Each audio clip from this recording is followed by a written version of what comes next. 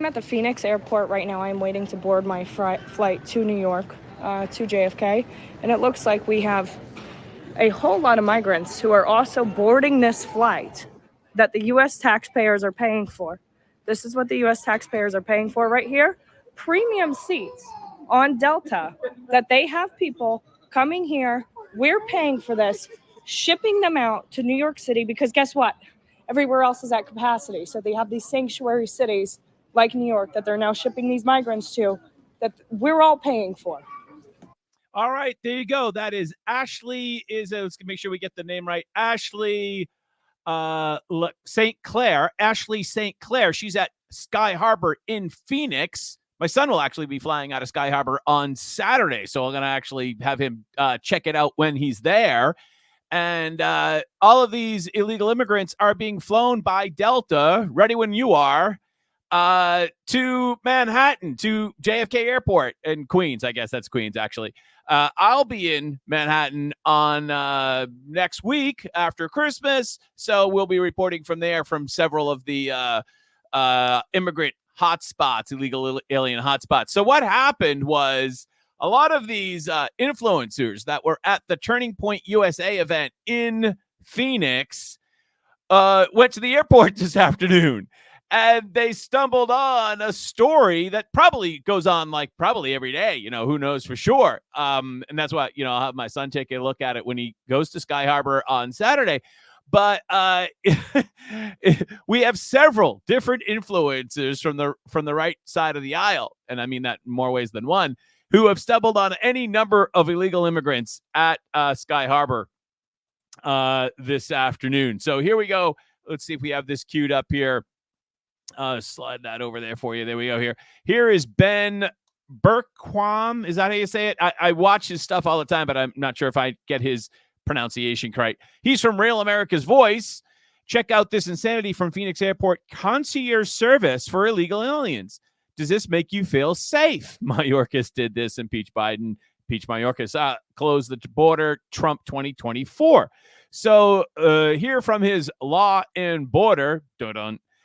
Here's his report from Phoenix Sky Harbor Airport from earlier today.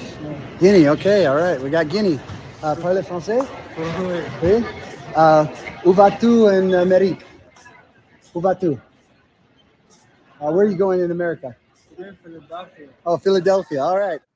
Back in Phoenix Airport, just following up after the leftists had a problem with the video I did last time talking about illegals getting flown all over our country.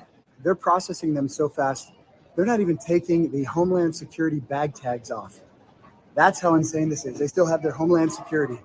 I think Ashley St. Clair said almost the exact same thing. They still had the bag from the processing center. This guy here has got his tag from the processing center. Bag tags on their backpacks. Just about every gate has illegals. It's not getting better. It's getting worse, guys. And I'm going to show you a little more of it to the leftist lunatics out there.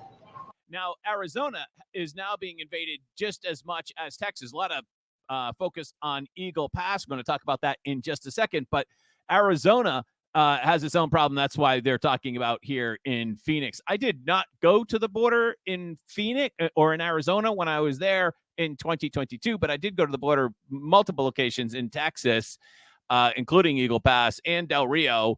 But, I mean, just to have people arrive here and now basically being flown on your tax dollar to a city. Here's a little evidence for you. Half the line is illegal. I've never seen it like this. Usually they have a separate line for illegals to go through. Here they're just processing them with everybody else. It's just out of control. Yeah, so you get to wait in a longer line because, well, equity, right? Wouldn't want to have them feel stigmatized, would you?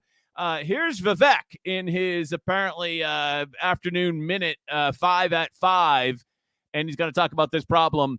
Here he is here. Let's cue him up. There we go. Go ahead, Vivek.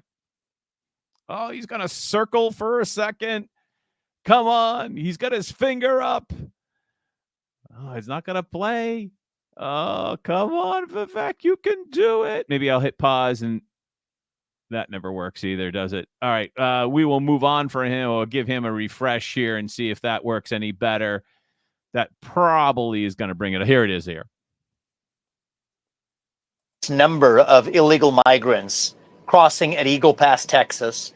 And another is now reports that Delta Airlines is now being used to provide some premium flights to those illegal migrants that have come across that southern border. Well, I think the flights are coming out of Phoenix, to be fair, Vivek. Maybe they're coming out of Texas, but what we have today, firsthand accounts, is that it's coming out of Phoenix. I visited Eagle Pass about a couple months ago. It's not like what you expect. It's not like these people are crossing that southern border and then our border patrol is chasing them down. No, it's not working that. That is totally true. 100% on that. I was just totally blown away by this when I saw it myself. I saw the airboat in the middle of the river and I saw the people coming across the river. I thought for sure the airboat was going to kind of, gently move up to them and say, oh no, you got to go back to Mexico. No, that's not what happened. And that's not what happens. That way. Our own Customs and Border Patrol and our own federal officials are facilitating it, processing them, basically taking an asylum claim at face value, just checking that box for an asylum court date that could be 2, 3, 4, 5 years out into the future. That's what's happening.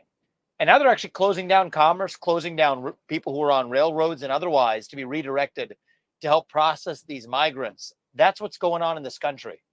That's exactly what's going on. It's like just totally mind-boggling that this is actually happening.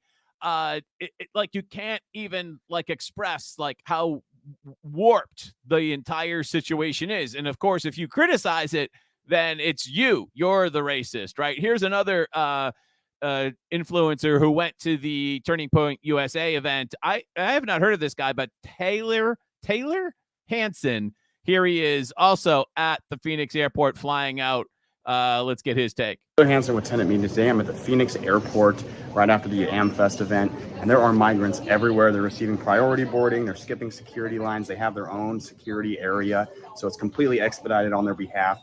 I've run into over 40. Well, I guess, I guess some places they're going in the regular line, and some places they get the VIP.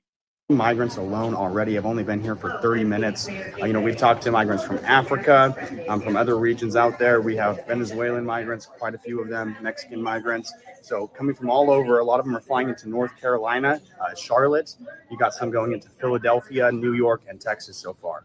But as the story develops, I'll be posting more. This will probably be a part of a bigger report. No Boston yet. That's interesting. I'm sure the significant portion of them will finally make it to Boston. By the way, this is starting to become a problem for President Biden's base, which is African-American voters. African-American voters are now starting to say to themselves, you know what? This is not good for us. And the biggest place that you're actually hearing them say that is in Chicago. This is from Chicago, posted from End Wokeness this morning. It looks like a Chicago City Council meeting over the last day or two. Here we go from this activist here. She has a Jesus sweatshirt. Let's see what she has to say. Here. I'm not for the sanctuary city. And the reason why I'm not for the sanctuary city is because people have waited years to come in here legally, not just transported on these buses, dropped off in our neighborhoods, raise of crime, almost got hit several times just making it down here today. And this is ludicrous. There should not be two sets of laws. Also, the West Side and the South Side Black communities have been earmarked for having funds, never seen it. We're still waiting on those funds to come into those communities. Brandon Johnson, many people stood behind you. They feel let down because the day you came into office, which I believe was May 15th, you already had signed an executive order. Now, whether it came from Governor Pritzker or whomever that directed you on this, is it fair to these communities that have been waiting for years? You said you on the West Side. You get the point. They're fired up. They're not happy. And they shouldn't be happy because everyone now sees the grift. Everyone now sees the grift that's going on here. I wanted to bring you this very quick clip, again, from Ben Berquam. I think that's how you say it. He interviewed this American citizen. He's homeless. He's disabled in Chicago. Let's pick it up in the middle of his interview. I find it very disheartening. Hey, Peter. So this guy's homeless. He lives under that like tarp thing, sadly. Can I just ask your feelings seeing all these people getting moved to housing? You know, it's a little disturbing that they're a little bit more important than the Americans are. So, and the way that everything's being set up is that, you know, people who aren't citizens get more preference than people who are citizens. Wow, just nailed it right there. Right? Right. This guy is an American. He's homeless. He has medical issues. He's disabled. And he's watching these people who just came across the border. They're getting put up in hotels. They're getting housed. He is not getting hotels. Meanwhile, in the so-called sanctuary city of New York City, and I'll be there, as I said, next week, migrant families brace for eviction from New York City shelters as nearly 20,000 other asylum seekers are flown elsewhere.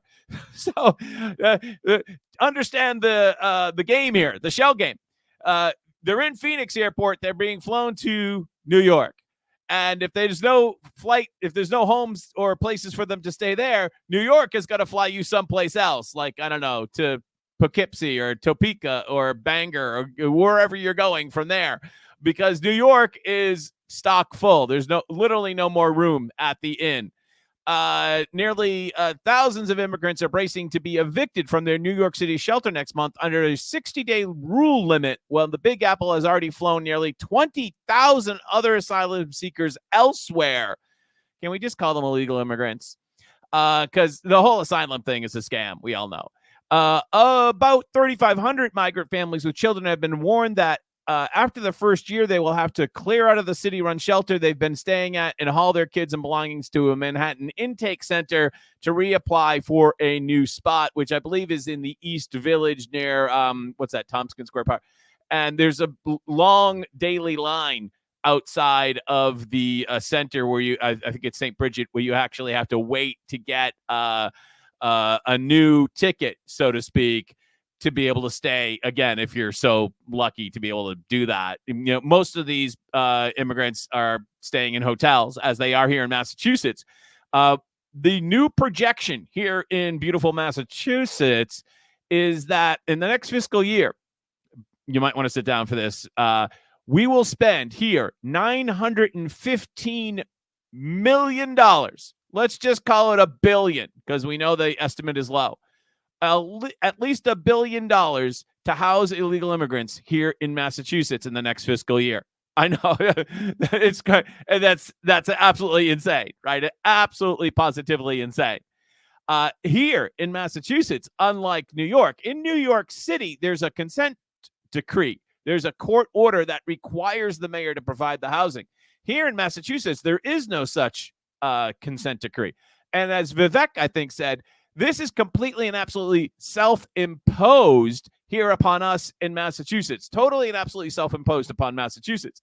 We could repeal this law tomorrow or amend it so it's only eligible for American cities. But of course, the far left's not going to do this because they benefit from this. So here it is here. Haley outlines plan to pay mounting family shelter costs. And the next strategy here is going to take $700 million from our basically Massachusetts state savings account, money that we salted away for a rainy day, and spend it on hotel rooms for illegal immigrants. How much does your country hate you? Right? Whenever I end these videos and I say in Massachusetts, you know what I'm talking about here. Here is JD Vance explaining how insane the media is. You know, Trump said something that didn't make a lot of sense the other day in a classic Trump situation. The supporters of Trump took him figuratively. Well, the media took him literally, right? I didn't make up that cliche, but it's been around for 4 or 5 years. And again, Trump said something the other day where his base knew exactly what they meant, and the far left media took it literally, which is ridiculous. But anyways, JD Vance is pointing to the irony of their coverage here, audio obtained by the Daily Caller. who, by the way, got that story about the another senator staffer earlier, late last week. Here we go, JD Vance. And I think one observation about the press as an organization, cue the tape. The press as an organization, you guys seem far more upset about the guy who criticized the problem than you did about Joe Biden, who's causing this. You guys seem far more upset about the guy criticizing the problem than who's causing the problem, which is Joe Biden. Thank you, JD Vance. Can we just go back to his comments, though? Sure. And But can we talk about the comments? comments? We've got to talk about the comments, because if you don't talk about the comments, we lose the argument. We got to talk literally about the comments, because we don't want to talk about what's happening in the border. The rail bridge is closed, both I think in El Paso and in Eagle. It's a you-know-what show. So there it is. Here we are. It's on the cusp of 2024, and the tide is starting to gently turn. Don't fall for the red tide Fox News story, because, the Fox News, they don't get a lot right recently, haven't they? Have they? All right. So I'm John F. Gately. You can call me Jack. I'm broadcasting to you from beautiful Plymouth, Massachusetts, America's hometown. Have a great day. Bye-bye.